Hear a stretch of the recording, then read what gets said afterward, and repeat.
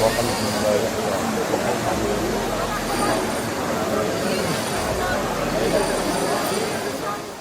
होगा अगर मैं आपसे कहूं, जिस हज को आप जिंदगी की सबसे पवित्र यात्रा मानते हैं, उसकी कहानी उतनी सीधी नहीं है जितनी आपको बताई जाती है। क्या होगा अगर इस पूरी यात्रा के पीछे एक ऐसा सच छुपा हो जिसे जानने के बाद आपका नजरिया हमेशा के लिए बदल जाए। आज इस वीडियो में हम सिर्फ हज की कहानी नहीं बताएंगे, हम उस पर्द को हटाने वाले हैं जिसके नीचे छुपा है इतिहास, टकराव और कई ऐसे सवाल जिनका जवाब आपको कभी साफ नहीं दिया गया।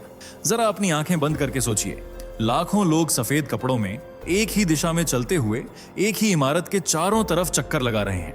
एक ही शब्द, एक ही भावना, एक ही मकसद। लेकिन क्या आपने कभी सोचा ये सब शुरू कैसे हुआ? क्यों हर साल करोड़ों लोग वही रिवाज दोहराते हैं? और क्या इन रिवाजों की जड़ें सच में उतनी ही पवित्र हैं जितनी आपको बताई जाती हैं? या फिर कहानी कुछ और है? इस वीडियो में हम आपको वो सच दिखाने वाले हैं जिसे जानकर आप खुद से एक सवाल जरूर पूछेंगे, क्या मैं अब तक जो मानता था वो सच था या सिर्फ एक अधूरी कहानी? और यकीन मानिए, अगर आपने ये वीडियो आखिर तक देखा तो आप सिर्फ जानकारी लेकर नहीं जाएंगे, बल्कि एक ऐसा नजरिया लेकर जाएंगे जो आपको भीड़ से अलग खड़ा कर देगा। इसलिए कहीं मत जाइए, क्योंकि जो आगे आने वाला है वो आपको या तो चौंका देगा या पूरी तरह बदल देगा। चलिए दोस्तों, फटाफट कमेंट करके बताइए आपको ये वीडियो कैसे मिला। क्या आपने इसे खुद सर्च किया था या फिर ये अचानक आपकी स्क्रीन पर आया और आप रुक नहीं पाए क्लिक करने से? हमें भी जानना है कि YouTube हमारे सनातन की सच्चाई आप तक कैसे पहुंचा रहा है। और हाँ, अगर आप एक सच्चे सनातनी हैं तो अभी के अभी चैनल को सब्सक्राइब कर दीजिए, ताकि जब अगली बार कोई ऐसी सच्चाई सामने आए तो आप सबसे पहले उसे देख सकें। वीडियो को लाइक जरूर करें ताकि दुनिया को पता चले कि सनातन की आवाज अब दबने वाली नहीं है। तो चलिए बिना वक्त गंवाए बढ़ते हैं वीडियो के अगले धमाकेदार हिस्से की ओर। क्या इस्लाम कॉपी किया हुआ धर्म है? क्या है हज की पूरी सच्चाई? क्या सच में इस्लाम तलवार की नोक पर फैलाया गया था? क्या है इस्लाम की हकीकत? क्या है तवाफ, सच या फसाना? क्यों दी जाती है कुर्बानी? क्या ये रिवाज भी कॉपी है? चलिए आज आपको इस्लाम और हज की पूरी हकीकत बताते हैं। बस वीडियो में आखिर तक बने रहें और चैनल से जुड़े रहने के लिए इसे सब्सक्राइब जरूर कर लें। दोस्तों, हर साल दुनिया भर से लगभग 15 से 20 लाख लोग हज यात्रा के लिए सऊदी अरब के मक्का शहर में जाते हैं। 2025 में करीब 16,73,230 लोग हज के लिए पहुंचे, जिनमें 1,75,000 से ज्यादा भारतीय थे। हज सिर्फ एक यात्रा नहीं, बल्कि इस्लाम के 5 फर्जों में से एक है। 5 फर्ज यानी कलमा, नमाज, रोजा, जकात और 5वां हज। यह एक अरबी शब्द है जिसका शाब्दिक अर्थ होता है किसी जगह के लिए निकलना या निकलने का इरादा कर लेना। इस्लाम के अनुसार हज हर मुसलमान पर फर्ज है, जिसे जीवन में एक बार जरूर करना चाहिए।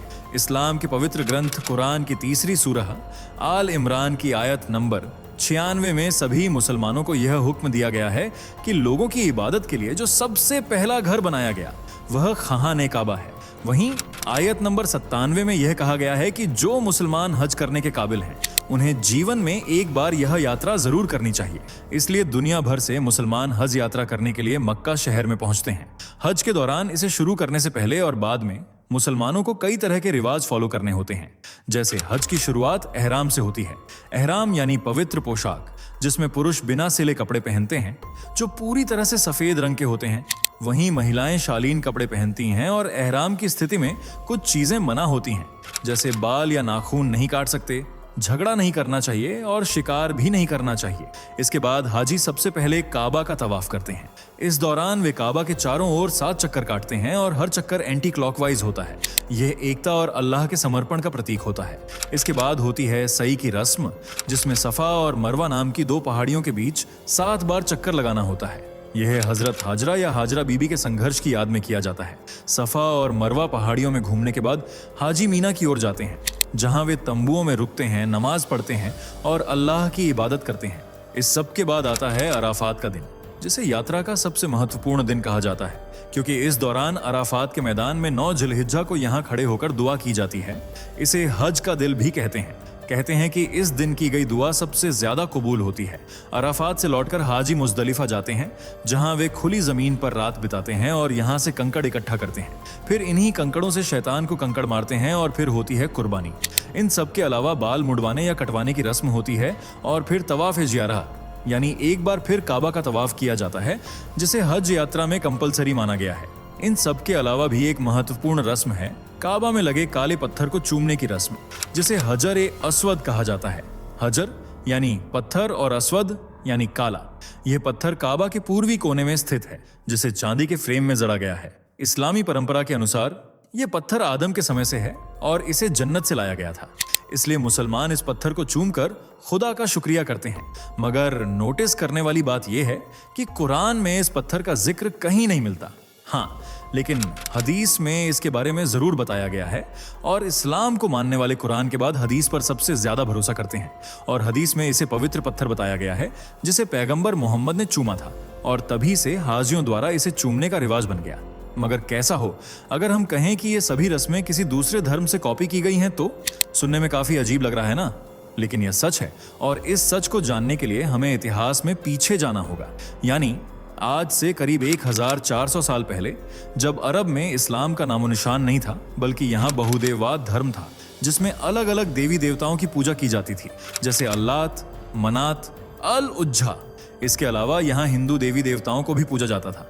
आपको यकीन भले ना हो, लेकिन अरब में किसी जमाने में सैकड़ों मूर्तियां हुआ करती थीं।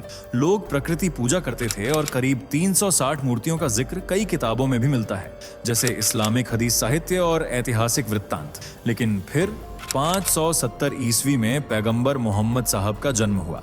वे कुरैश कबीले से थे और उनके कबीले वाले भी बहुदेववादी थे, मतलब वे खुद भी गैर मुस्लिम थे। लेकिन धीरे धीरे उनका मन इस धर्म से हटने लगा।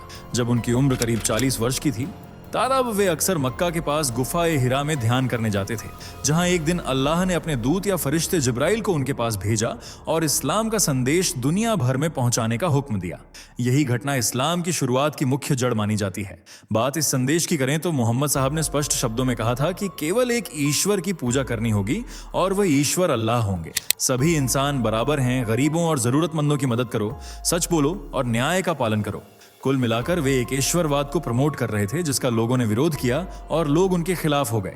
इसलिए कुछ समय के लिए पैगंबर साहब मक्का को छोड़कर मदीना चले गए और वहां इस्लाम का विस्तार किया।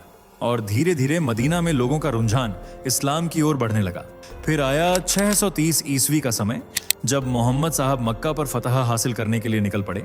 उन्होंने काबा में जितनी भी मूर्तियां थीं उन्हें हटवा दिया और सिर्फ अल्लाह की इबादत करने का हुक्म दिया और काबा पर जीत हासिल कर ली। इसे इस्लाम की सबसे बड़ी सफलता माना जाता है, क्योंकि इसके बाद मक्का मदीना ही नहीं बल्कि पूरे अरब में इस्लाम का जोर शोर से प्रचार प्रसार किया गया। इस्लाम के 5 स्तंभ या फर्ज बनाए गए, साथ ही दर्जनों नियम कायदे भी तैयार किए गए जो अरब के पूर्व धर्म से पूरी तरह से कॉपीड थे। जैसे अरब में पहले लोग मूर्ति पूजा करने के बाद उनके चक्कर काटते थे। बाद में पैगंबर साहब ने काबा की स्थापना की तो उन्होंने इसे इस्लाम में प्रैक्टिस के तौर पर ऐड कर दिया और काबा में यात्रा या इबादत के दौरान इसकी परिक्रमा करना जरूरी कर दिया। काबा को लेकर कहते हैं कि यह इंसानों का पहला इबादत घर है, जिसे बाद में इब्राहिम ने मॉडिफाई किया था। लेकिन इतिहास की किसी भी किताब में इब्राहिम का जिक्र ही नहीं मिलता, बल्कि यह तो बाइबल का एक इमेजिनरी कैरेक्टर बताया जाता है। बात करें काबा की, तो इसे अरब में रहने वाले बहुदेववादियों ने ही बनाया था। वे यहाँ पूजा करते थे और बाद में उन्होंने ही इसे मॉडिफाई भी किया था। और मोहम्मद साहब का जन्म जिस कबीले में हुआ, यानी कुरैश कबीला, वह भी इसी काबा की पूजा करते थे। लेकिन जब पैगंबर साहब ने मक्का पर जीत हासिल की तो उन्होंने काबा और मक्का में जहां जहां भी मूर्तियां थीं उन्हें तुड़वा दिया और तलवार की नोक पर जबरन लोगों को इस्लाम धर्म मानने पर मजबूर किया। सहीह अल बुखारी या हदीस 4287 2478 में भी इसका जिक्र किया गया है कि पैगंबर ने इस्लाम को फैलाने के लिए जबरन मूर्तियों को तोड़ा था ताकि लोगों को कन्वर्ट कर सकें। इस दौरान जिसने भी उनका विरोध किया, उनके फॉलोअर्स ने उसे नेस्तो नाबूद कर दिया। कुल मिलाकर इस्लाम की नींव ही जबरन रखी गई है और इसके रिवाज भी प्राचीन अरबी धर्म और कबीले वासियों की परंपराओं से कॉपीड हैं। जैसे इस्लाम में कुर्बानी का बहुत महत्व माना गया है, लेकिन आपको जानकर हैरानी होगी कि यह परंपरा भी चुराई गई है। ये तो आप जानते ही हैं कि अरब रेगिस्तानी इलाका है। आज भले आर्टिफिशियल तरीके से यहाँ नदियां बहाई जा रही हैं, घास उगाई जा रही है, लेकिन पहले ऐसा नहीं था। पहले दूर दूर तक रेत और सूखा इलाका हुआ करता था, हरियाली ना के बराबर और पानी बहुत कम। ऐसे में खेती बाड़ी करना मुमकिन नहीं था, इसलिए कबीलेवासी जानवरों को मारकर अपना पेट भरा करते थे।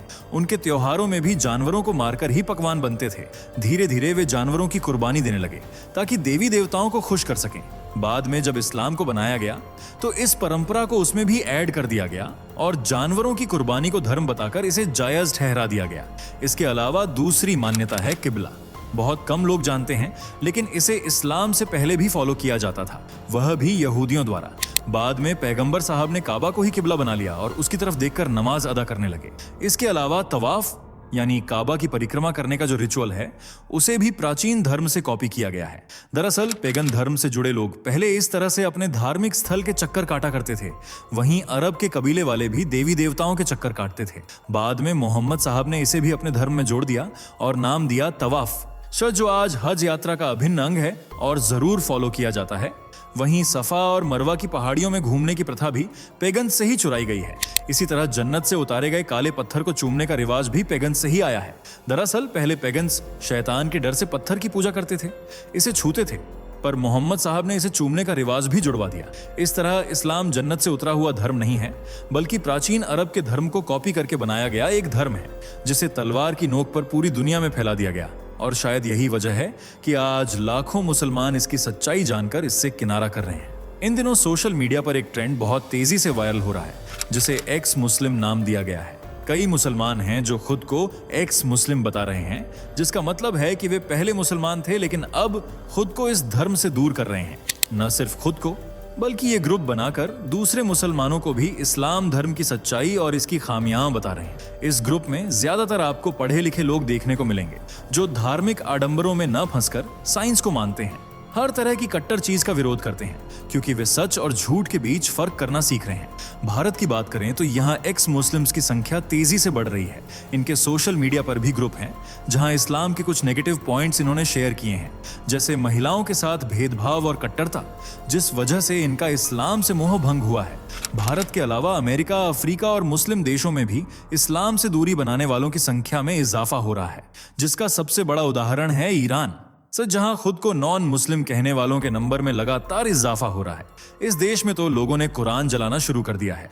कुछ समय पहले हुए प्रोटेस्ट में महिलाओं ने हिजाब तक जला दिए थे, वह भी ईरानियन सरकार की कट्टरता की वजह से, जिसने एक बेगुनाह लड़की की जान ले ली। इस इंसिडेंट के बाद से तो ईरान में इस्लाम को नकारने वालों की संख्या कई गुना बढ़ी है। वैसे दोस्तों, आप इस्लाम के बारे में क्या सोचते हैं? क्या आप इस बात से सहमत हैं कि यह चोरी किया हुआ धर्म है?